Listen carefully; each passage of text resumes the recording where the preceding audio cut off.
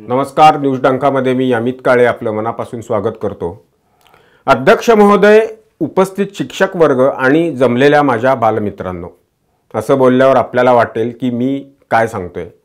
तर मंडळी, आपल्याला आठवत असेल की आपण शाळेत असताना एखाद्या भाषणाची सुरुवात ही अशी करायचो किंवा ती आजही प्राथमिक शाळेतील विद्यार्थी करत असतात।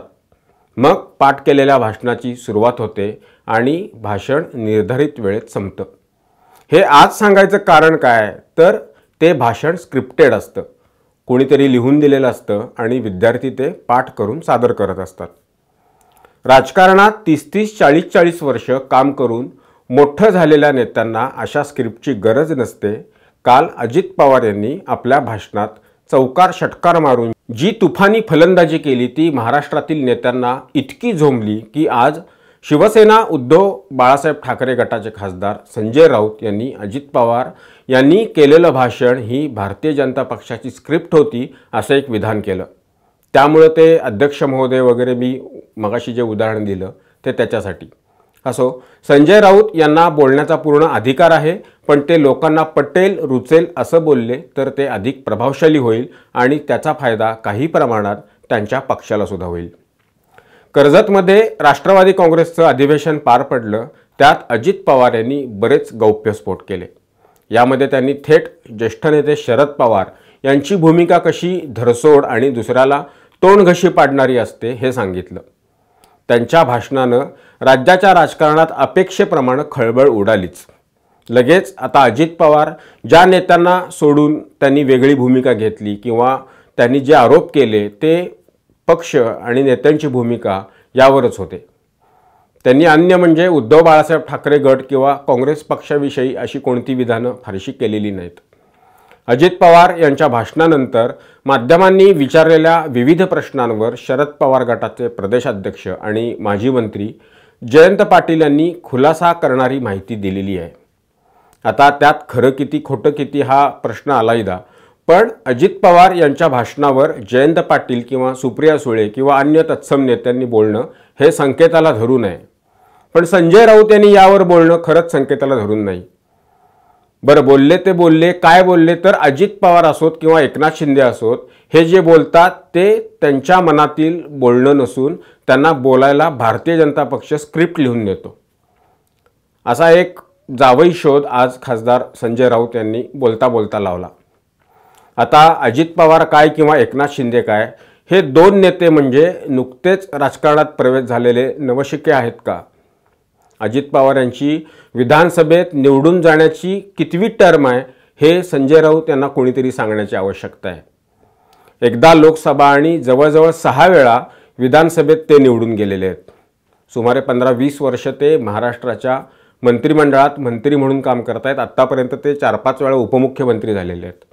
इतका प्रदीर्घ अनुभव असणाऱ्या नेत्याला स्क्रिप्ट लिहून देण्याची गरज लागेल का? हा साधा तर्क आहे।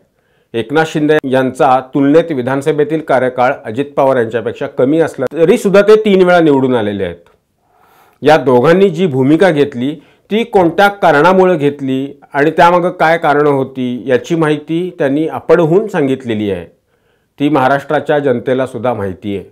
या दोन्ही नेत्यांची त्यांच्या त्यांच्या पक्षात कशी घुसमट होत होती हे त्यांनी जाहीरपणे सांगितलेलं आहे।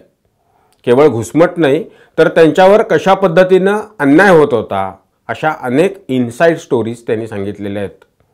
तर मग या सगळ्याला भारतीय जनता पक्ष कसा जबाबदार असेल किंवा असणार? भारतीय जनता पक्षानं त्यांच्यावर अन्याय नव्हता केला किंवा ते कधीच भारतीय जनता पक्षात नव्हते। खासदार संजय राऊत यांनी बोलता बोलता भारतीय जनता पक्षानं आधी पक्ष फोडला आणि आता घर फोडायला निघालेत, घर फोडलं असाही आरोप केला। त्यांना म्हणजे भारतीय जनता पक्षाला असं त्यांना म्हणायचं आहे। पक्ष कोणी फोडला आणि का फोडला हे महाराष्ट्राला माहिती आहे, त्यावर आता काय बोलायचं? राहिला प्रश्न घर फोडायचा, तर यापूर्वी अशाच पद्धतीनं स्वर्गीय गोपीनाथ मुंडे यांचे पुतणे असलेले धनंजय मुंडे यांना भारतीय जनता पक्षामधून राष्ट्रवादी काँग्रेस पक्षामध्ये कोणी घेतलं? तेव्हा घर फुटलं नव्हतं का? आणि घर आणि राजकारण हे दोन वेगळे वेगळे विषय आहेत, ते एकमेकांच्यात घुसवून गल्लत करण्याची काहीच गरज नाही। याआधी शरद पवार गटाच्या खासदार सुप्रिया सुळे यांनीच यावर खुलासावर प्रतिक्रिया दिलेली आहे। त्या स्वतःशा म्हणाल्या आहेत की आमचं घर एकच आहे. शेवटी घर आणि कुटुंबातील नाती ही राजकीय भूमिकांवर ठरत नसतात. आयुष्यात नाती आधी असतात आणि राजकारण नंतर येतं. त्यामुळं कोणी राजकीय भूमिका वेगळी घेतली म्हणून घर फुटलं असं म्हणणं पूर्णतः गैरलागू आहे. एक आहे की अशा भूमिकेमुळं घरातील मोठ्या असणाऱ्यांची राजकीय ताकद नक्की कमी होईल, पण ही राजकारणातील अपरिहार्यता आहे. त्यामुळं संजय राऊत यांचं हे म्हणणं हे सुद्धा इथं अयोग्य आहे. आपले नेते, कार्यकर्ते, पदाधिकारी आपल्याला टिकवता येईनात, त्याला भारतीय जनता पक्षाला दोष देण्यात काय अर्थ आहे? म्हणजे आपल्या मुलाला परीक्षेत मार्क कमी मिळाले तर त्याचं खापर फोडायचं शेजाऱ्याच्या मुलावर, कारण तो आमच्या मुलाला सारखं मैदानावर खेळायला घेऊन जात होता म्हणून आमच्या मुलाला मार्क परीक्षेत कमी पडले, हे असं म्हटल्यासारखं आहे. म्हणजे आपल्या मुलांना अभ्यास केला नाही त्यामुळे त्याला मार्क कमी पडले हे राहिलं बाजूला, खापर फोडायचं शेजाऱ्याच्या मुलावर. भारतीय जनता पक्षाला शिवसेना आणि राष्ट्रवादी काँग्रेस पक्ष किंवा त्यांचं राजकीय नेतृत्व हे संपवायचं आहे असं राऊत म्हणाले. पण असं राजकारणात नेतृत्व कोण म्हणतं म्हणून कुणाला संपवता येत नाही. उलट पक्षी आपल्या चुकीच्या धोरणामुळं, निर्णयांमुळं अशी नेतृत्व संपत असतात. हा इतिहास आहे. तूर्त इतकंच. आमचा व्हिडिओ आवडला असल्यास आपल्या प्रतिक्रिया कमेंट बॉक्समध्ये जरूर नोंदवा. आवडला तर लाईक करा, शेअर करा आणि आमचं चॅनल सबस्क्राईब करायला विसरू नका. धन्यवाद. आमचा व्हिडिओ जास्तीत जास्त लाईक करा, शेअर करा आणि आमचं यूट्यूब चॅनल सबस्क्राईब करा. धन्यवाद.